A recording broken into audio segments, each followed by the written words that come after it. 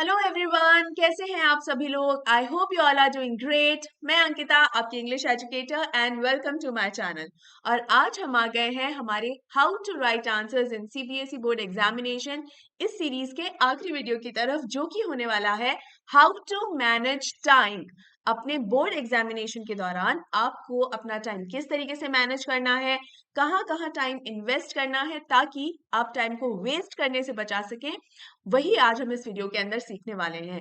तो चलिए बिना टाइम वेस्ट करे जल्दी से इस वीडियो को स्टार्ट करते हैं। लेकिन आप साथ ही क्या कर देंगे, well you know the drill. आपको इस वीडियो को लाइक करना है, ज्यादा से ज्यादा शेयर करना है, ताकि मैक्सिमम स्टूडेंट्स तक ये पहुंच सके। और अगर चैनल को सब्सक्राइब नहीं किया है तो इसे सब्सक्राइब कर लेना है। ऑलराइट स्टूडेंट्स, तो अब हम जल्दी से इस वीडियो को आगे बढ़ाते हैं। आपने जरूर सुना होगा, practice makes a man perfect. अब परफेक्ट का तो मुझे नहीं पता, पर practice improves us, practice makes us better for sure.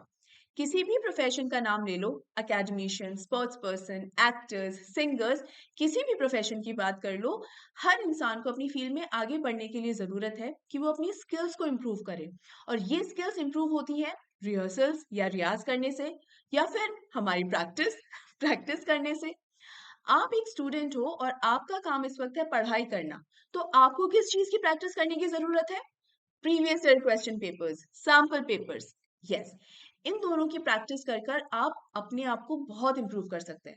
अब ये तो आपने जरूर सुना होगा कि भाई अपनी एग्जाम की तैयारी करने के लिए आपको पीवाईक्यूज और सैम्पल पेपर्स को सॉल्व करना चाहिए, और वो भी जब एक बार आपका पूरा सिलेबस हो जाए उसके बाद।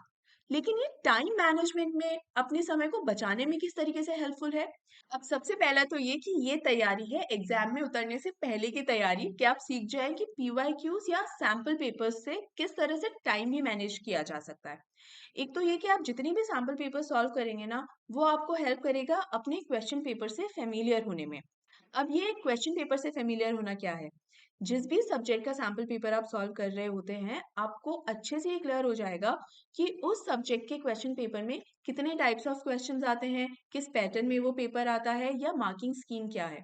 अब अगर आप ये सोच रहे हैं कि मैम ये समझने के लिए हम सैम्पल पेपर सॉल्व करने की क्या जरूरत है, ये तो हम कहीं पर रीड कर लेंगे तो भी हमें पता चल जाएगा।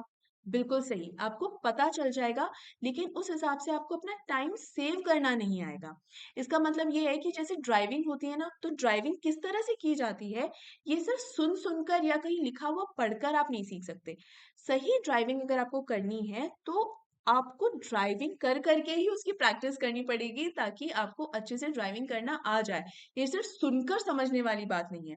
तो जितने सैम्पल पेपर्स आप सॉल्व करोगे ना, उतनी बेहतर रोड तो जितने तो जितने सैम्पल पेपर आप सॉल्व करोगे ना, उतना बढ़िया रोड मैप आपके दिमाग में सेट होता चला जाएगा।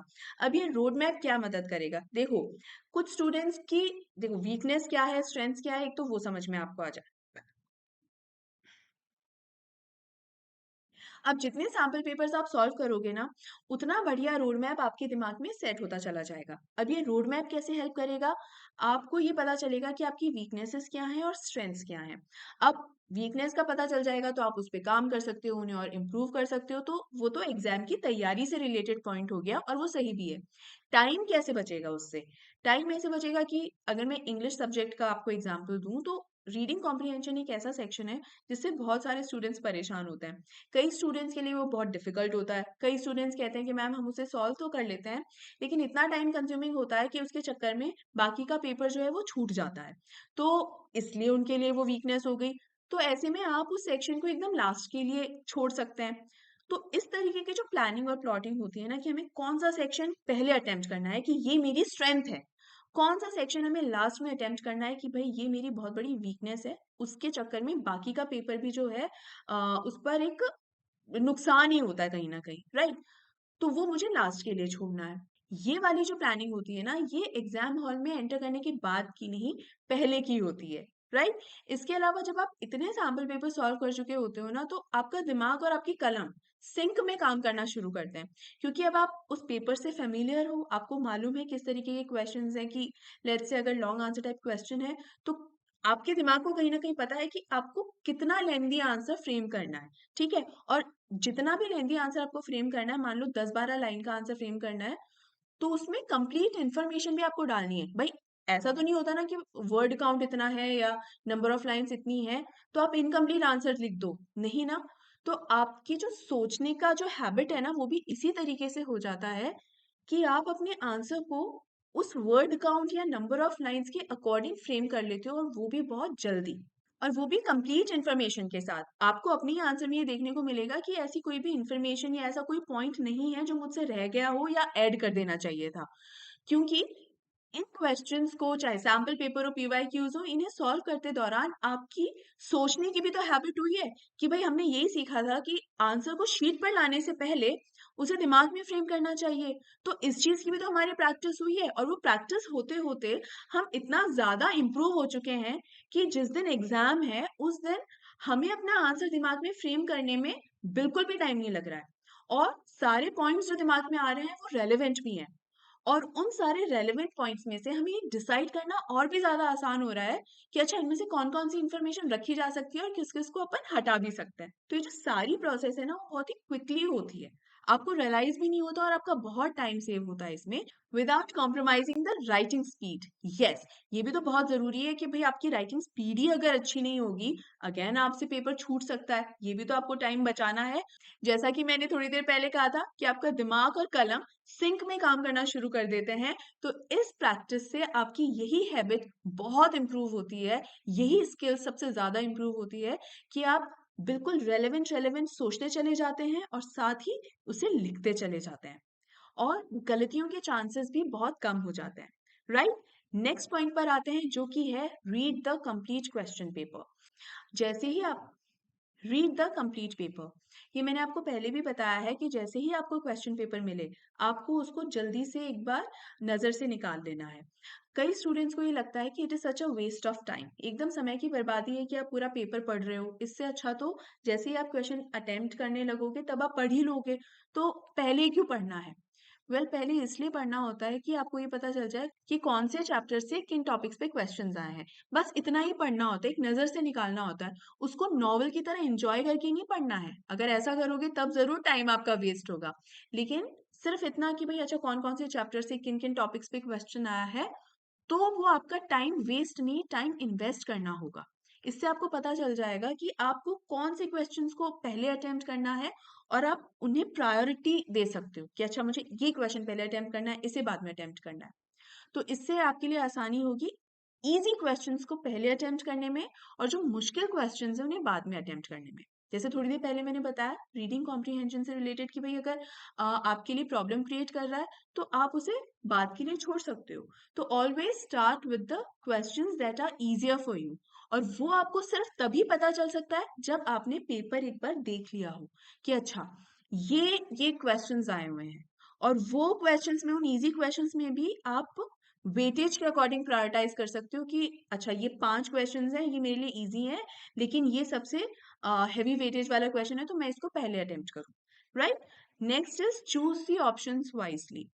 आपको बहुत सारे क्वेश्चंस ऐसे होते हैं जिसमें चॉइस दी जाती है। यहाँ रीड द क्वेश्चन केयरफुली। जो आपको चॉइस दी जाती है वो सिर्फ इसलिए ताकि आप उसका फ़ायदा उठा सको, तो उसको वेस्ट नहीं जाने देना है। कई बार ये होता है कि 2 क्वेश्चंस जो दिए जाते हैं ना आपको चॉइस वाले, उनमें से पहला क्वेश्चन आपने पढ़ा, आपको उसका अगर आंसर आता था, तो कई स्टूडेंट्स ऐसे होते हैं जो दूसरा क्वेश्चन को पढ़ने की ज़हमत तक नहीं उठाते कि अरे मुझे पहला वाला आता था तो मैंने तो लिख दिया। लेकिन ये बहुत बड़ी गलती है। Always read both the questions, frame the answer, दिमाग में सोच लो और ये पता कर लो कि दोनों में से किसका आंसर बेटर प्रेजेंट कर सकते हैं। अदरवाइज इस चीज़ का अफ़सोस बाद में होता है। क्योंकि जो स्टूडेंट्स दूसरा क्वेश्चन पढ़ते तक नहीं है ना, उनको बाद में ऐसा लगता है कि अरे यार ये जो दूसरा वाला क्वेश्चन है ना, इसका आंसर बेटर फ्रेम किया जा सकता था और बेटर उसे प्रेजेंट किया जा सकता था। तो ये गलती आपको कभी नहीं करनी है। दोनों क्वेश्चंस को पढ़ना है, दोनों के लिए सोच लेना है कि किसे ज़्यादा अच्छे से फ्रेम किया जा सकता है, प्रेजेंट किया जा सकता है, and attempt that question only. ये जो चॉइस होती है क्वेश्चंस की, जैसा कि मैंने कहा कि आपके फायदे के लिए होती है, इसको वेस्ट नहीं करें। Correct? Next is always always invest your time, never waste it. हमेशा आप, कई स्टूडेंट्स ऐसे होते हैं, ऐसे बहुत से स्टूडेंट्स होते हैं जिन्हें ये लगता है कि जो कुछ एडवाइजेस मैं आपको जो दे रही हूँ उन्हें सोचकर ऐसे बहुत सारे स्टूडेंट्स होते हैं जिन्हें लगता है कि टीचर जो एडवाइस दे रहा है ना उसके चक्कर में उनका टाइम कई बार ऐसी बहुत सारी टिप्स होती हैं जो सुनते वक्त हो सकता है आपको लगे कि अरे यार, इसमें तो टाइम वेस्ट ही है, लेकिन नहीं, it is not the waste of time. अभी जो मैंने कुछ पॉइंट्स आपको पहले बताया है ना कि क्वेश्चन पेपर को ध्यान से पढ़ लेना चाहिए, आंसर को लिखने से पहले हमेशा उसे सोचना चाहिए, दिमाग में फ्रेम करना चाहिए, और ऐसे ही कुछ और भी पॉइंट्स। बहुत सारे स्टूडेंट्स को ये लगता है कि ये सब करने से उनका टाइम वेस्ट होगा, but no, it is the right, it is the correct investment of time. क्योंकि बहुत स्टूडेंट्स जो ये वाला स्टेप मिस कर देते हैं ना, स्पेशली आंसर को सोचकर लिखने वाला स्टेप, ये जो मिस कर देते हैं ना, वो उतनी ही ज्यादा फिर आगे गलतियां करते हैं। और उन गलतियों को जब आप सुधारने लगते हो तो अगेन आपका टाइम बहुत ज्यादा वेस्ट होता है।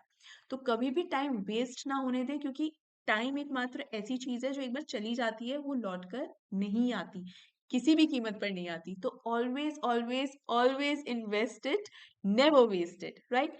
सबसे पहली चीज तो ये, हमेशा जब आप अपने क्वेश्चन पेपर को चेक करते हो ना, एक बार रीचेक तो करते ही हो, तो उसको पूरा पेपर एक साथ चेक करने की बजाय कोशिश करो कि उसको स्मॉल स्मॉल सेक्शंस में चेक करते जाओ। जैसे मान लो आपने कोई एक सेक्शन अटेम्प्ट किया, लेट्स से रीडिंग कॉम्प्रिहेंशन की बात करते हैं। रीडिंग कॉम्प्रिहेंशन का सेक्शन आपने अटेम्प्ट किया, हाथों हाथ ही उसको चेक कर लो कि भाई मैंने सारे क्वेश्चंस अटेम्प्ट तो कर लिए हैं ना। क्योंकि कई बार छूट जाता है ना, तो बाद में अगर आप लिखते हो तो अननेसेसरी वो मेसी ही बनाता है आपके आंसर शीट को।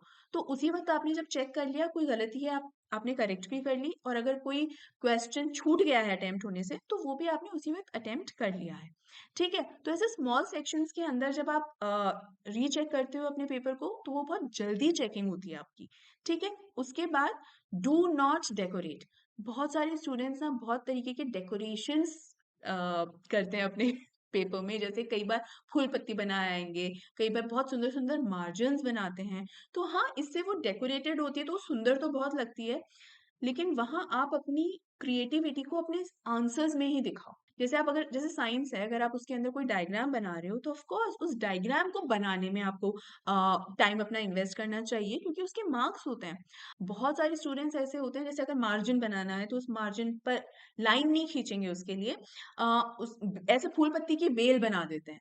सो it is just a waste of time बेटा। तो कभी भी ऐसा नहीं करना है। इस तरीके के डेकोरेशंस में आपका टाइम बहुत ज्यादा वेस्ट होता है। तो अगर कोई क्रिएटिविटी ऐसी दिखानी ही है ना, तो अपने आंसर्स में ही वो क्रिएटिविटी दिखाएं। वहीं मार्जिन से मैं एक चीज और आपको बताना चाहूंगी। कई स्टूडेंट्स दो क्वेश्चन के बीच में भी मार्जिन ड्रॉ करते हैं, ताकि एक क्लियरली दिख जाए एग्जामिनर को कि ये पहला वाला क्वेश्चन है, ये दूसरा वाला क्वेश्चन है। It is a very good idea and very good way of presenting your answer. But I will suggest कि ये जो मार्जिन है ना, आप पेपर को अटेम्प्ट करने के बाद एक बार बनाएं। इससे दो फायदे होंगे। एक तो ये कि आपका टाइम बचता है, आपको जब मालूम है कि आपके पास कितना टाइम बचा हुआ है, तो आप उस हिसाब से अपने मार्जिन को बनाने की जो स्पीड है वो कम ज्यादा कर पाते हो। दूसरा फायदा ये होता है कि कई बार, जो मैंने पिछले वीडियो में भी आपको सिखाया था, कि कई बार आप क्वेश्चन में आपको बाद में रियलाइज होता है कि आपको एक पॉइंट या एक्स्ट्रा इन्फॉर्मेशन ऐड करनी है, और उसे ऐड करने के लिए जगह नहीं रहती है, क्योंकि आप उसके बाद दूसरा क्वेश्चन स्टार्ट कर चुके होते हो। तो अगर मार्जिन भी बना चुके हो, तो फिर आप उस मार्जिन को इरेज भी करोगे, उसके बाद फिर उस आंसर को लिखोगे, फिर वापस से एक मार्जिन बनाओगे, और इस बार शायद वो मार्जिन की जगह भी ना रहे, तो अगेन वो मैसी सा हो जाता है। तो इसलिए आई विल सजेस्ट कि हाँ, मार्जिन बनाओ, टाइम है तो कोई दिक्कत नहीं है, but leave it for the last. वो हमेशा आखिर में बनाया जा सकता है। इसके अलावा जब आप इन स्मॉल सेक्शंस में अपने पेपर को जब रीचेक कर रहे होते हो, उस टाइम पे जैसे जैसे आंसर चेक होता जाए, उस टाइम पे भी आप उन मार्जिन को ड्रॉ कर सकते हो, right. It will help you saving your time.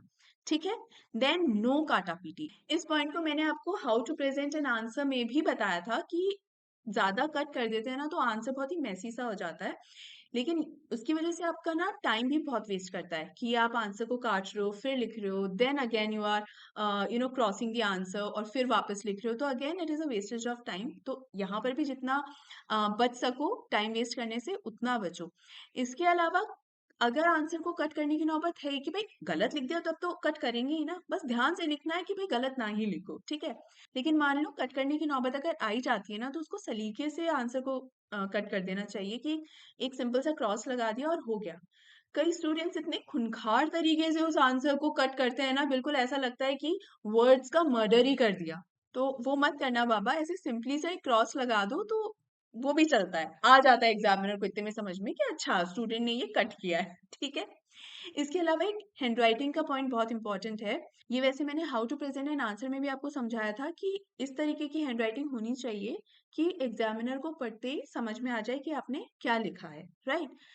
लेकिन कई स्टूडेंट्स क्या करते हैं, इतनी सुंदर हैंडराइटिंग बनाने की कोशिश में इतना जमा जमा के लिखते हैं शुरू में कि उनका टाइम मैनेजमेंट जो है एकदम गड़बड़ हो जाता है और बाद में पता चलता है कि उनका पेपर ही छूट गया। क्योंकि टाइम तो आपको फिक्स ही मिलता है ना, वो कम ज्यादा तो होता नहीं है। ये कभी नहीं करना। आपकी हैंडराइटिंग अगर ऑलरेडी सुंदर है तब तो बहुत अच्छी बात है, लेकिन अगर सुंदर नहीं है तो आपको पेपर वाले दिन ही सुंदर नहीं बनानी है। या तो उसको पहले ही सुंदर बना लो या फिर सिर्फ इतना ध्यान रखो कि आपको हर शब्द क्लियरली लिखना है, कि जो आपने लिखा है वही समझ में आए एग्जामिनर को। अदरवाइज क्या करते हो, उसको जमा जमा के लिखने के चक्कर में या सुंदर बनाने के चक्कर में आपकी राइटिंग स्पीड हो जाती है स्लो, और इस चक्कर में आपका पेपर छूट जाता है। और आता हुआ पेपर अगर छूट जाए, उससे बड़ा धोखा और कोई फील नहीं होता। तो अगर आप नहीं चाहते कि आपको ऐसा कोई भी रिग्रेट हो, तो मेक श्योर या तो आप पहले से ही प्रैक्टिस कर लो कि भाई मेरे को ऐसे बढ़िया हैंडराइटिंग में लिखना है, तो उसकी प्रैक्टिस कर लो, इट्स फाइन। लेकिन वहां लास्ट मोमेंट पे ये डिसीजन मत लो कि अब मैं अपनी हैंडराइटिंग बदल के लिखूं, एकदम सुंदर सुंदर नहीं। लास्ट मोमेंट पे हैंडराइटिंग नहीं बदली जाती है, ठीक है। तो सिर्फ क्लियर वर्ड्स लिखने पे फोकस रखो, ज्यादा जरूरी वही है, ठीक है। तो यहाँ स्टूडेंट्स मैंने आपको सारे पॉइंट्स वो कवर करवा दिए हैं, जिससे आपका टाइम सेव हो सकता है, वेस्ट होने से बच सकता है और सही जगह इन्वेस्ट हो सकता है। In short complete time management. I am sure आपको ये सभी पॉइंट्स बहुत अच्छी तरीके से समझ में आ गए होंगे। फिर भी कहीं कोई डाउट रह गया है तो मुझसे जरूर पूछना, बिकॉज आप जानते हैं कि मैं आपके हर डाउट को क्लियर करती हूँ। तो इसी के साथ ये वीडियो यहाँ एंड होता है स्टूडेंट्स, और इस वीडियो के साथ ये सीरीज भी यहाँ एंड होती है। जी हाँ, ये जो सीरीज है how to write answers in CBSE board examination, ये वीडियो इस सीरीज का आखिरी एपिसोड था। एंड आई एम श्योर आपको ये सीरीज पसंद भी आई होगी और आपके लिए बहुत हेल्पफुल भी होगी। ये तो मेरी गारंटी है कि हेल्पफुल तो बहुत होगी। तो अगर कोई वीडियो मिस भी कर दिया है आपने तो उसे जरूर देखें, क्योंकि ये बहुत हेल्पफुल होगी। तो यहाँ पर हमने दो सीरीज कंप्लीट कर ली हैं अपनी, एक तो ये how to write answers in CBSE board examination और दूसरी टेंसेस। अब इसके आगे क्या करेंगे, क्रैश कोर्स। यस, हम बहुत बहुत बहुत जल्दी आपका क्रैश कोर्स स्टार्ट करने वाले हैं स्टूडेंट्स, और आपके पूरे इंग्लिश के सिलेबस को उसके अंदर कवर करेंगे। फुल डिटेल्स भी आपको जल्दी ही मिल जाएंगी, लेकिन उसके लिए आपको मेरे चैनल के साथ बने रहना है। इस वीडियो को लाइक करना है, ज्यादा से ज्यादा शेयर करना है ताकि मैक्सिमम स्टूडेंट्स तक ये पहुंच सके। और चैनल को सब्सक्राइब नहीं किया है तो इसे सब्सक्राइब भी कर लेना है, और अपना ढेर सारा ध्यान रखना है। हम मिलते हैं अगले वीडियो में, मे बी क्रैश कोर्स के साथ। अपना ध्यान रखिए students, take care and good bye.